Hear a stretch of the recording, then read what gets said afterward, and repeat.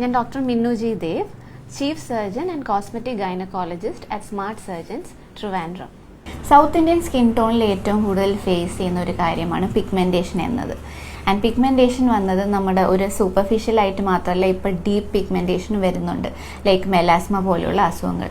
അപ്പോൾ ഇതിനൊക്കെ ട്രീറ്റ്മെൻറ്റ്, പല ടൈപ്പ് ട്രീറ്റ്മെൻ്റ് ഉണ്ട്. പക്ഷേ അതിന് ഏതിനെയാണ് നമ്മൾ അപ്രോച്ച് ചെയ്യേണ്ടതെന്നുള്ള ഒരു അവയർനെസ്സിന് വേണ്ടിയിട്ടാണ് ഈ വീഡിയോ.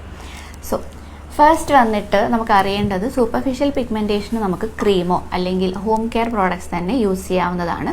അതൊരു കൺസിസ്റ്റൻ്റ് ആയിട്ട് പല മാസങ്ങളോളം നമ്മൾ യൂസ് ചെയ്യുമ്പോഴത്തേക്ക് ഈ പിഗ്മെൻറ്റേഷൻ്റെ അളവ് കുറഞ്ഞു തന്നെ വരും. പക്ഷേ ഡീപ്പ് പിഗ്മെൻറ്റേഷൻ ആണെങ്കിൽ, അതായത് ഈ മെലാനോസൈറ്റിക് ആക്ടിവിറ്റി നമ്മുടെ ഡെർമിസ് ലെവലിൽ പോയിട്ടുണ്ടെങ്കിൽ അതിന് കെമിക്കൽ പീലോ ലേസറോ തന്നെ വേണ്ടി വരും. പിഗ്മെൻറ്റേഷന് പല കോസസ് ഉണ്ട്. അതിൽ ഏറ്റവും ഇമ്പോർട്ടൻ്റ് ആയിട്ടുള്ള ട്രിഗറാണ് UV റേസ് അഥവാ സൂര്യൻ്റെ രശ്മി. സോ ക്രോണിക് എക്സ്പോഷറിനാൽ ഈ പിഗ്മെൻറ്റേഷൻ നമ്മൾ കാണാതെ പോകുന്നു. പിന്നീട്, അതായത് ലേറ്റർ ഓൺ ഇൻ ലൈഫ് ആയിരിക്കും ഇത് കൂടി നല്ല ഡാർക്കായിട്ട് നമ്മൾ അപ്പോഴായിരിക്കും ട്രീറ്റ്മെൻറ്റ് എടുക്കാൻ പോകുന്നത്. സോ ആ സമയത്തിനുള്ളിൽ ഇത് ഭയങ്കര ലേറ്റർ സ്റ്റേജ് ആയിട്ടുണ്ടാവും. അപ്പം now we have to have ഒരു അഡ്വാൻസ്ഡ് ആയിട്ടുള്ള ട്രീറ്റ്മെൻറ്റ് തന്നെ ഈ പിഗ്മെൻറ്റേഷൻ പോകാൻ വേണ്ടി വരുന്നു. സെക്കൻഡ് ട്രിഗർ എന്നത് ഹോർമോണാണ്.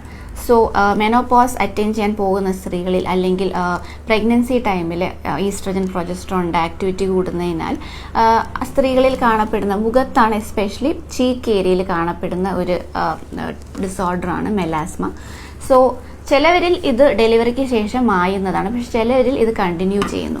സോ അവരിലും അഡ്വാൻസ്ഡ് ആയിട്ടുള്ള ട്രീറ്റ്മെൻറ്റ് തന്നെ വേണ്ടിയിരിക്കുന്നു. ബിക്കോസ് മെലാസ്മ എന്നുള്ളത് ഡീപ്പ് പിഗ്മെൻറ്റേഷൻ ആണ്, സൂപ്പർഫിഷ്യൽ ലെയറിൽ കാണുന്നതല്ല. പിഗ്മെൻറ്റേഷൻ ഏറ്റവും ഇമ്പോർട്ടൻ്റ് ആയിട്ടുള്ള ട്രീറ്റ്മെൻ്റ് ആണ് chemical peel. So chemical peel വന്നിട്ട് ബേസിക് ഉണ്ട്, അഡ്വാൻസ്ഡ് ഉണ്ട്. ബേസിക് കെമിക്കൽ പീൽ എന്നത് ഒരു ഘടകം മാത്രമുള്ള കെമിക്കൽ പീലാണ്. ഇത് പല സെഷൻസ് വേണ്ടിയിരിക്കുന്നു ഇവൻച്വലി അതൊന്ന് കുറഞ്ഞു തുടങ്ങാനായിട്ട്. രണ്ടാമത്തെ ഓപ്ഷൻ എന്ന് പറഞ്ഞാൽ അഡ്വാൻസ് കെമിക്കൽ പീലാണ്.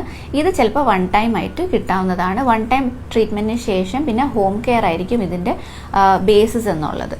സോ പീൽ ചെയ്തതിൻ്റെ മെയിൻ റീസൺ എന്ന് പറയുന്നത് എക്സ്ഫോളിയേഷൻ ആണ്. അഥവാ നമ്മുടെ സ്കിന്നിൻ്റെ ലെയേഴ്സ് 2-3 ലെയർ ഒന്ന് പീൽ ഓഫ് ചെയ്യാനാണ് നമ്മൾ കെമിക്കൽ പീൽ ഒരു ക്ലിനിക്കിൽ ചെന്ന് ഒരു എക്സ്പേർട്ട് കെയറിൻ്റെ അണ്ടറിൽ ചെയ്യേണ്ടത്.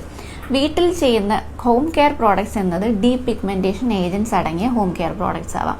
അതിൽ വന്നിട്ട് കോജിക് ആസിഡോ alpha arbutin tranexamic acid, glycolic acid എന്ന പല ഘടകങ്ങളും ചേർന്ന ഒരു ഹോം കെയർ പ്രോഡക്റ്റ് ആയിരിക്കും.